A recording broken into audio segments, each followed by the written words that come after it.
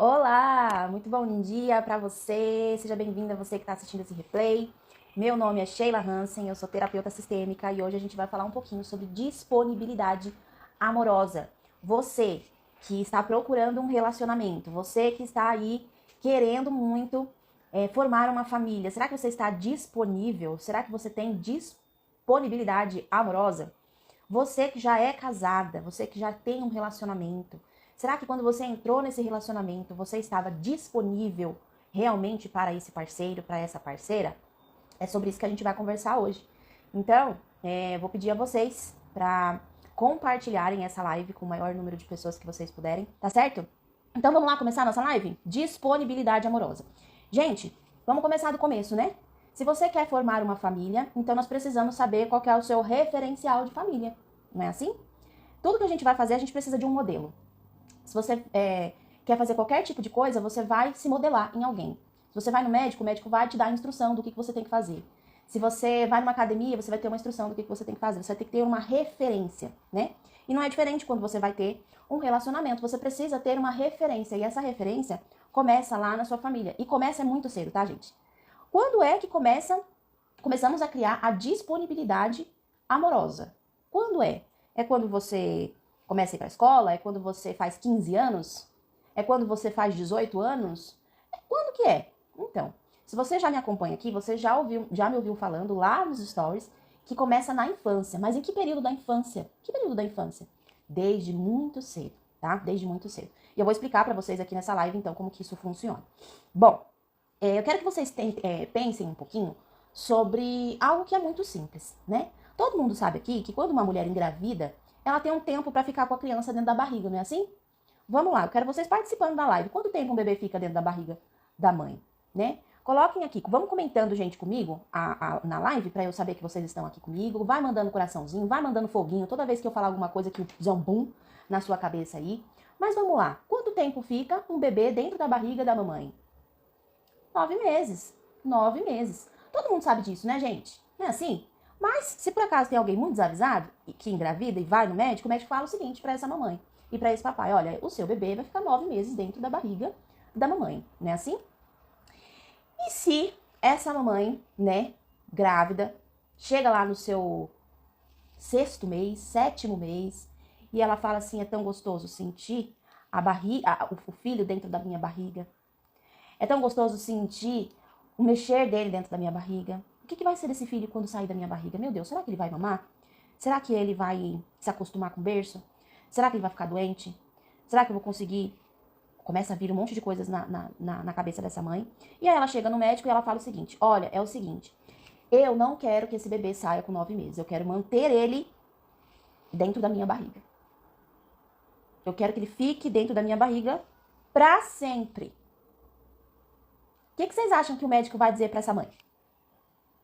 O que esse médico vai dizer para essa mãe que olha lá e fala assim: olha, eu tô com muito medo, dentro da minha barriga ele tá seguro, dentro da minha barriga ele já tem tudo o que ele precisa, eu não vou deixar tirar ele não.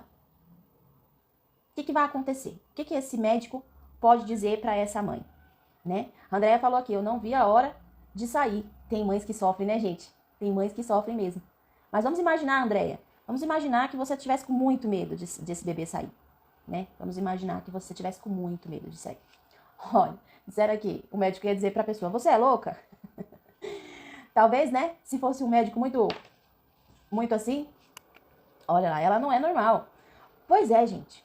Todo mundo sabe desde muito novo, né? Quando foi que você descobriu que o bebê fica 9 meses dentro da barriga da mãe? A gente sempre soube disso, né? Desde muito criancinha, a mãe já fala que tem um período que esse bebê fica lá. Esse bebê não fica lá pra sempre, porque ele precisa sair da barriga da mãe, né? Ó, se ele não sair, vai morrer, porque 9 meses é o tempo, querida. O médico diria pra essa mãe. Quando passa desse período, já começa ali a ter riscos, né? Para a vida do bebê e para a vida da mãe. Então, aquele bebê precisa passar pelo parto, né? Precisa sair e vai ser com dificuldade? Vai ser com dificuldade. Vai ser, né? Se é um bebê que vem num parto normal, né? Que é o natural, que é o que deveria ser com todas as mamães. Esse bebê, ele vai precisar passar pela dificuldade, passar pelo canal. Ele não sabe o que tem lá no mundo lá fora. Ele vai sentir um desconforto muito grande para passar ali por aquele buraquinho. Quando ele sair lá fora, ele vai ver, meu Deus do céu, onde que eu tô? Por que o bebê chora, gente? E aí ele vai ter que respirar pela primeira vez na vida sozinho. É uma dificuldade, gente, é uma dificuldade. Não tem noção de espaço, não tem mais noção de espaço, porque ele tava tão comprimido, assim, né? Ele tava tão tudo certinho. E aí agora ele tem espaço, né? Ele tem espaço, ele fica meio sem senso, ele não consegue nem se apoiar, ele não consegue firmar a cabeça, ele não tem direção dos movimentos. É lá, o sofrimento fetal, né? Se passa mais tempo dentro da barriga. Pois é, então ele vai ter que passar por um outro tipo de sofrimento, que é o sofrimento de nascer, né? Assim? Mas aquilo vai fazer bem para ele, porque ele vai começar a se desenvolver a partir ali da saída da barriga da mãe, né? Isso é importante. Isso é importante, né? A mãe precisa permitir isso. A mãe precisa permitir essa saída desse bebê. E aí, a partir do momento que esse bebê sai da barriga da mamãe, ele começa então a passar por um processo de desenvolvimento, de molde. Um molde mesmo, tá, gente? A primeira infância é o período do molde daquele filho. Não tem o que fazer. É lógico que depois que passa a primeira infância, as experiências que aquela criança vai passar na vida, se tornar adolescente, um jovem adulto, até chegar na fase adulta, é lógico que as experiências vão contar. Mas do 0 aos 5 anos de idade, ele está passando por uma programação, por uma modelagem, pela mielinização do sistema nervoso dele. Então ele está configurando tudo. E a partir dos 5 anos para lá, ele vai passar por experiências que vão marcá-lo durante a vida, mas foi o que ele aprendeu na modelagem que vai fazer com que ele enxergue essas experiências de uma determinada forma, que ele interprete essas experiências de uma determinada forma, que ele reaja a essas experiências de uma determinada forma, porque ele já foi modelado dos 5 anos para trás, tá? Então, todo esse período de parto e primeira infância é um período muito importante, que precisa ser feito com desenvoltura e com permissão dessa mãe, né? Aí o que acontece, gente? Depois, quando a criança ela se torna ali, passa da primeira infância, dos 5 anos para lá, começa um outro período, tá? Começa um outro período. A disponibilidade tem a ver com o vínculo com a mãe? Continua aqui na live, Miriam, que você vai entender direitinho, tá?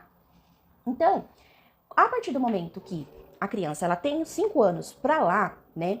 Ela começa então a desenvolver o que a gente chama de autonomia, né?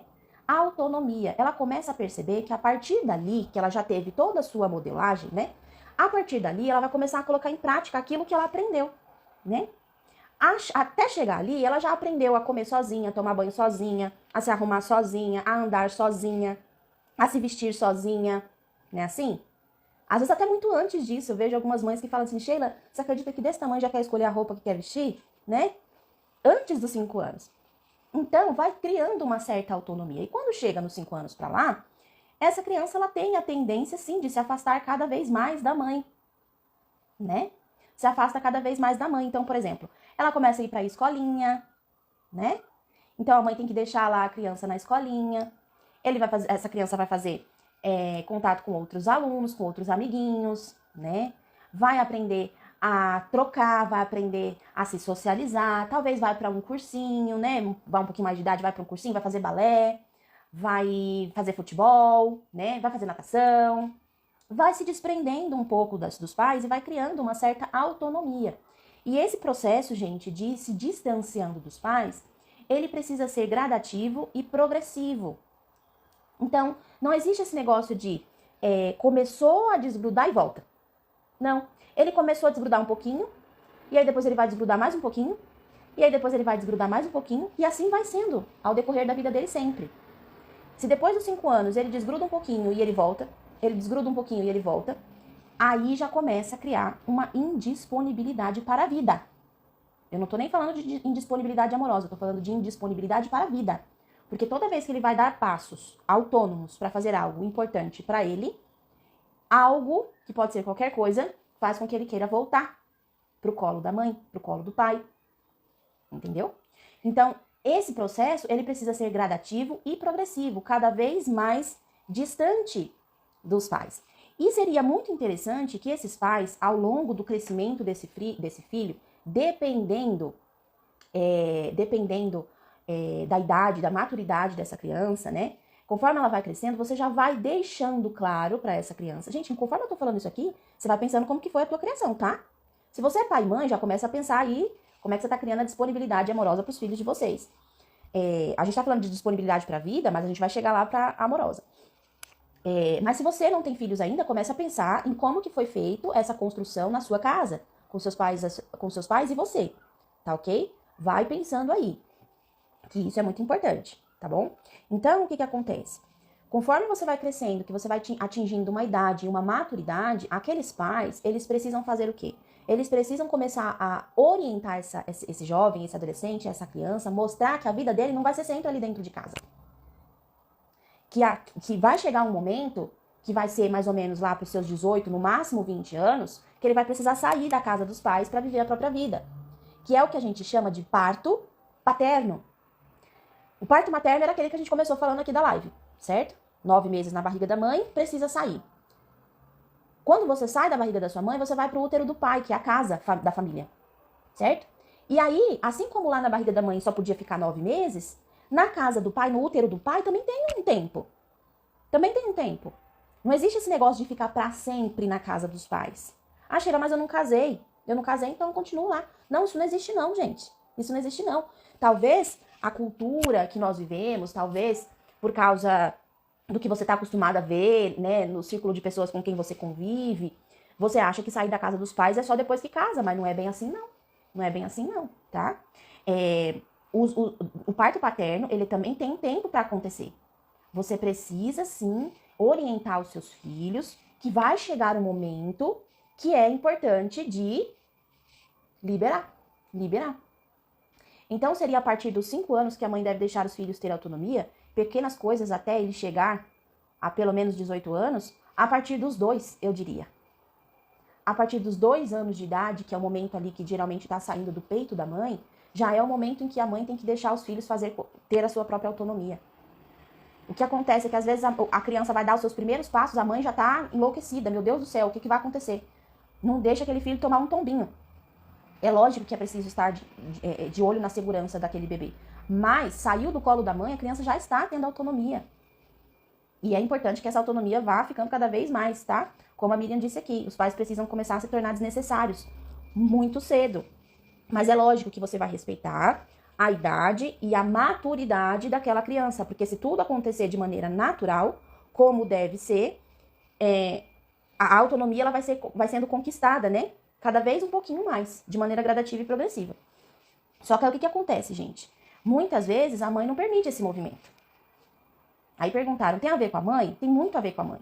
Porque às vezes, como a mãe, ela tem essa energia de trazer pra perto, de acolhimento, de estar sempre junto. Gente, tava dentro dela, tá? Nós não estamos aqui julgando não, tava dentro dela. Então ela tem esse impulso de sempre querer estar perto.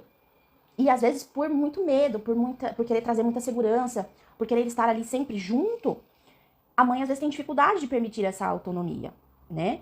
Às vezes a criança percebe que a mãe não está preparada para sentir esse distanciamento, entendeu?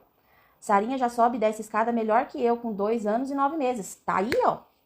Já tá indo pra vida. Entendeu? 2 anos, gente. 2 anos e 9 meses. Então, é isso. É começar a ir liberando esse filho pra vida, pra começar a ter autonomia, sabe? E permitir. Renan, eu vi um vídeo da Sarinha descendo o escorregador, e aí desceu errado, mas a gente se diverte, a gente dá risada, a gente fala, isso, vai de novo. E é assim mesmo. Então, a gente tem que ir permitindo isso, né, pra criança. Só que às vezes a mãe não dá conta de fazer isso. Quer estar sempre perto, quer estar sempre perto. E o ideal, gente, não é nem que a mãe tenha que permitir. Isso deve acontecer naturalmente, isso deveria acontecer naturalmente. O filho, ele deveria sentir essa necessidade. Mas o que a gente vê aí? A gente vê que os filhos perderam essa necessidade de querer ter a própria vida, de querer ter o seu próprio canto. A gente vive uma geração em que os filhos, eles pensam assim, pra que eu vou sair da casa dos meus pais se eu tenho tudo lá dentro? Entendeu? Já virou até filme, né, gente? É um filme antigo já, mas já virou até filme. Que os pais procuram um profissional para poder enxotar o filho de casa. 30, 40 anos dentro de casa. E os pais vão lá contratar uma pessoa para conseguir fazer ele sair. Então, assim, gente, isso é o que acontece. A gente tá vivendo numa geração em que os filhos começam a achar que tem que ficar para sempre na casa dos pais. E isso é um absurdo tão grande quanto aquela pessoa que acredita, aquela mãe que a gente falou no início, que quer ficar com o filho para sempre dentro da barriga. Entendeu? É o mesmo absurdo, só que as pessoas não conseguem enxergar o mesmo absurdo. a pessoa acha que não, aí é outra situação. Não é, gente, não é. É um processo do desenvolvimento do mesmo jeito, do mesmo jeito. Olha aqui, que colocaram aqui. Meu filho tem 10 anos e eu não dei a permissão de ele ir para a vida. Ele é muito dependente e inseguro. Agora que estou tendo esse conhecimento, tem jeito? Lógico que tem. Lógico que tem. Não é tarde, não. Você pode fazer esses movimentos desde já, o quanto antes, agora que você percebeu isso. Antes você não tinha esse conhecimento, tá tudo certo, você deu o seu melhor. E agora é o momento de você começar a construir isso para ele, porque ele tem 10 anos. Então, ele tem tempo ainda de aprender com você, tá? E é isso, gente, que acontece. Quando os pais eles tentam manter os filhos com a maior segurança possível, eles não criam aquela pele mais forte para lidar com as dificuldades. E aí é lógico que ele vai ficar inseguro e dependente, tá? Pessoas que são na idade adulta já e que se sentem inseguros, que toda vez que vai tomar uma decisão, não consegue tomar decisão porque tem medo, ou que sempre acha que precisa de alguém para tomar uma decisão, ou de alguém para fazer alguma coisa, não consegue ir lá e fazer a coisa por si mesmo. São pessoas que talvez tiveram uma criação muito protetora, não teve permissão dos pais para ir para a vida, tá bom? Dá tempo sim, dá tempo sim. Então, gente, olha só, eu nunca mais vou falar, queria que meu filho voltasse para a barriga para ficar protegido. Nunca mais diga isso. Gente, a frase dessa live é: amor é liberdade. Anotem essa frase. Pega um post-it, pega um post-it desses assim, ó, anota e gruda aí nas paredes de vocês. Amor é liberdade. Isso é amor.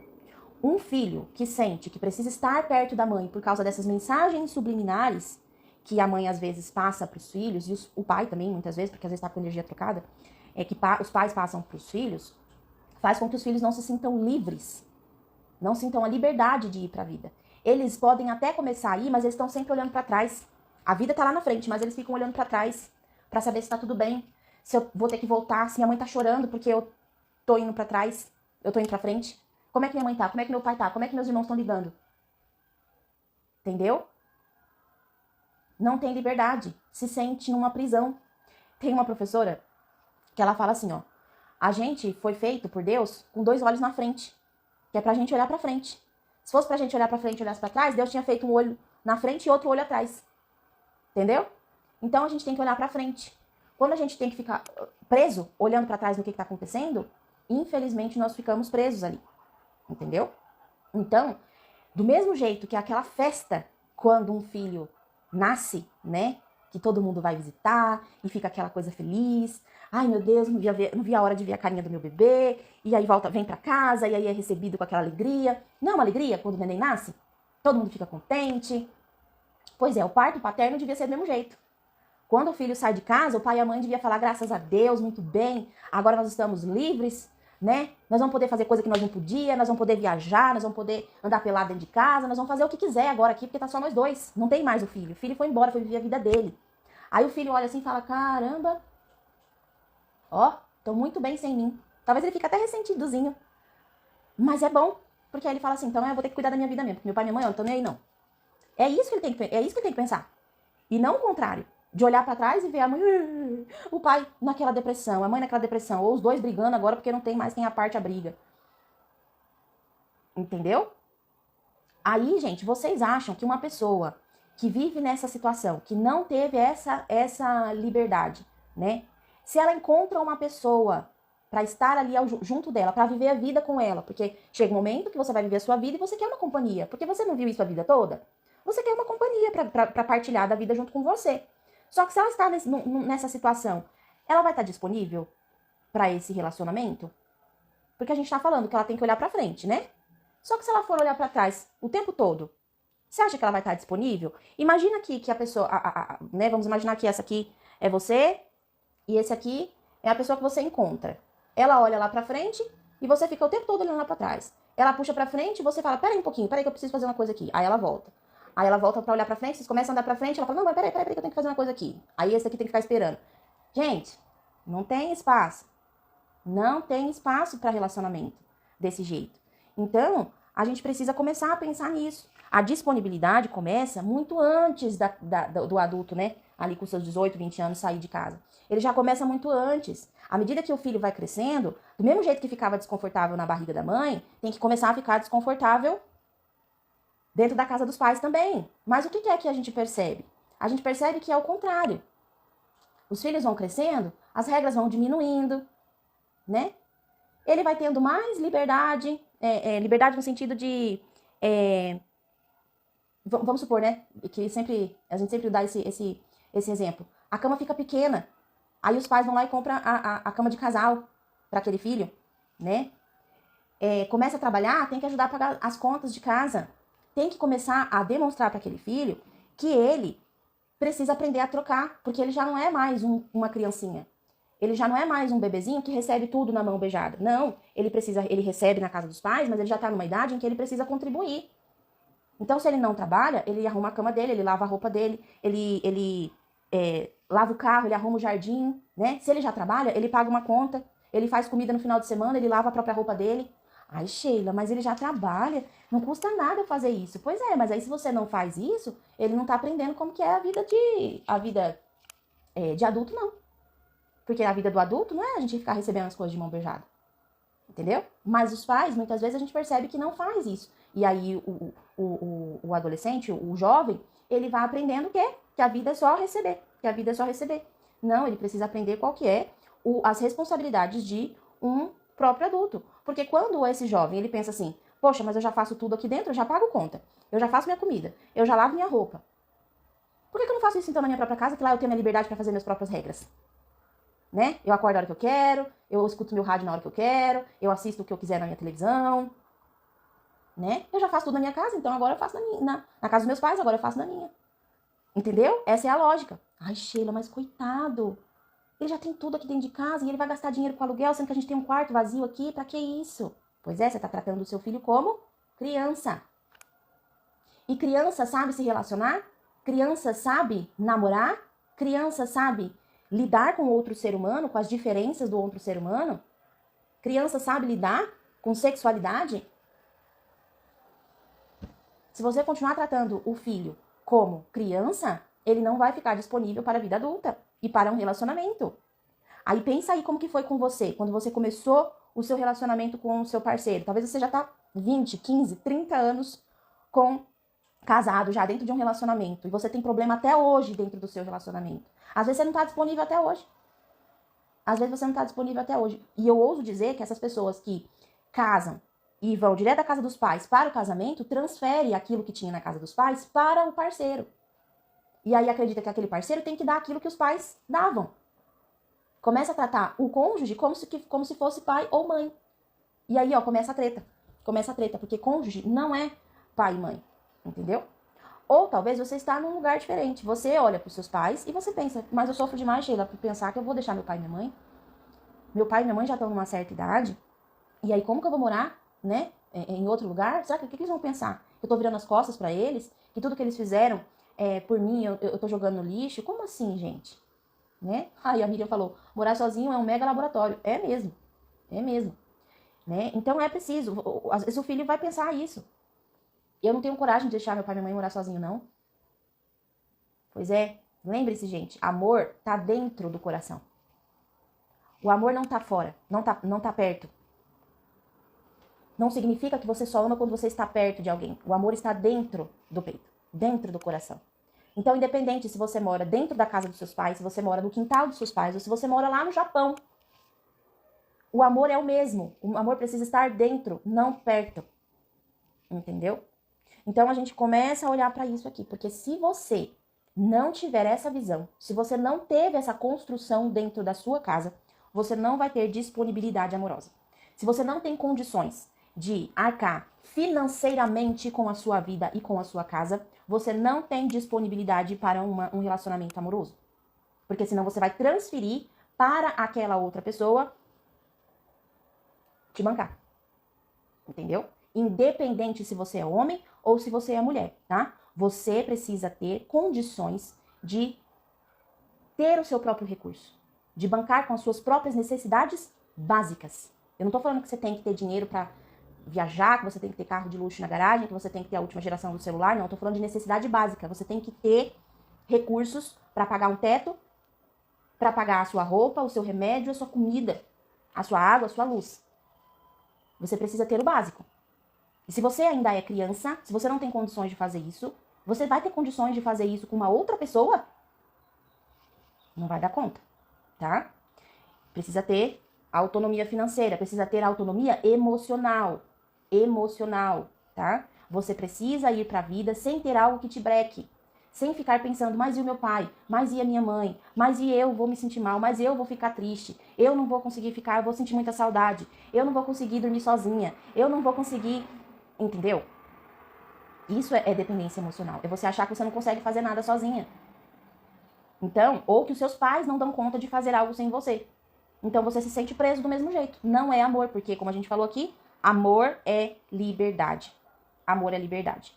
E enquanto você não conseguir fazer esse primeiro passo, porque a gente falou aqui, né, que a gente vai começar a falar de relacionamento aqui no IG, aqui no meu Instagram, bastante aqui durante esse mês, tá? A gente vai falar bastante sobre isso. Mas isso aqui tinha que ser a primeira live sobre relacionamento, eu tinha que falar isso aqui. Porque se você não tem isso, que é o básico, que é o primeiro passo, se você entrou para um relacionamento sem ter isso daqui que eu tô falando nessa live, você provavelmente passou ou está passando até hoje por problemas.